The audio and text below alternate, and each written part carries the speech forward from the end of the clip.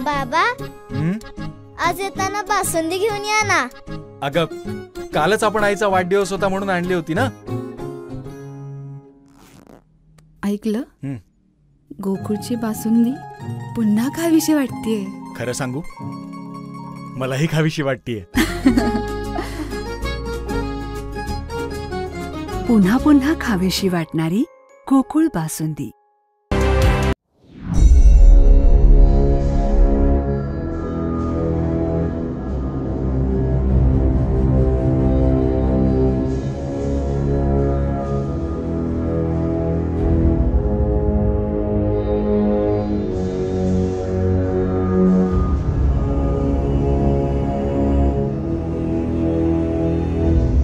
नेमकं स्पीड बोटींसंदर्भात काय घडलं, अशी धडकली बोट.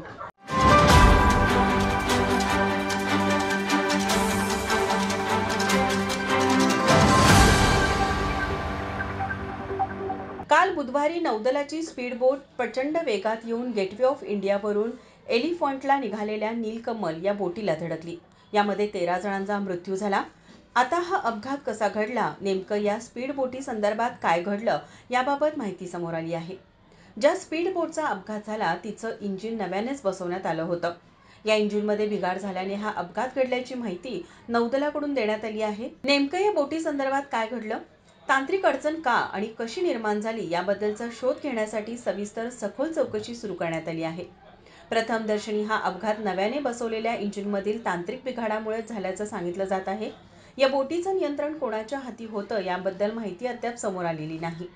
या बोटीवर नौदलाचे 2 अधिकारी आणि त्यांच्या सोबतीने इतर 4 सहकारी होते.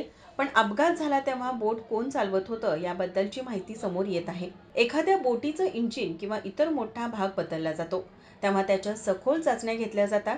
ऐनवेळी काही गोंधळ होऊ नये म्हणून सर्व काळजी घेतली जाते. उदाहरण सांगायचं झालं तर इंजिन बनवणाऱ्या कंपनीने इंजिनची क्षमता 140 किलोमीटर प्रति तास इतकी असेल तर नौदलाकडून त्यांचा हा दावा तपासून पाहिला जातो.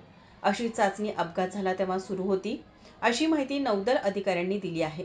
अपघात झाला तेव्हा बोटीवर 4 नौदल अधिकाऱ्यांबरोबरच 2 ओरिजिनल इक्विपमेंट मॅन्युफॅक्चरर OEM सुद्धा होते. या अपघातामध्ये नौदलाचे महेंद्र सिंग शेखावत आणि 2 OEM प्रवीण शर्मा आणि मंगेश नावाच्या 3 व्यक्तींचा मृत्यू झाला आहे. ब्युरो रिपोर्ट, माझा महाराष्ट्र न्यूज, कोल्हापूर.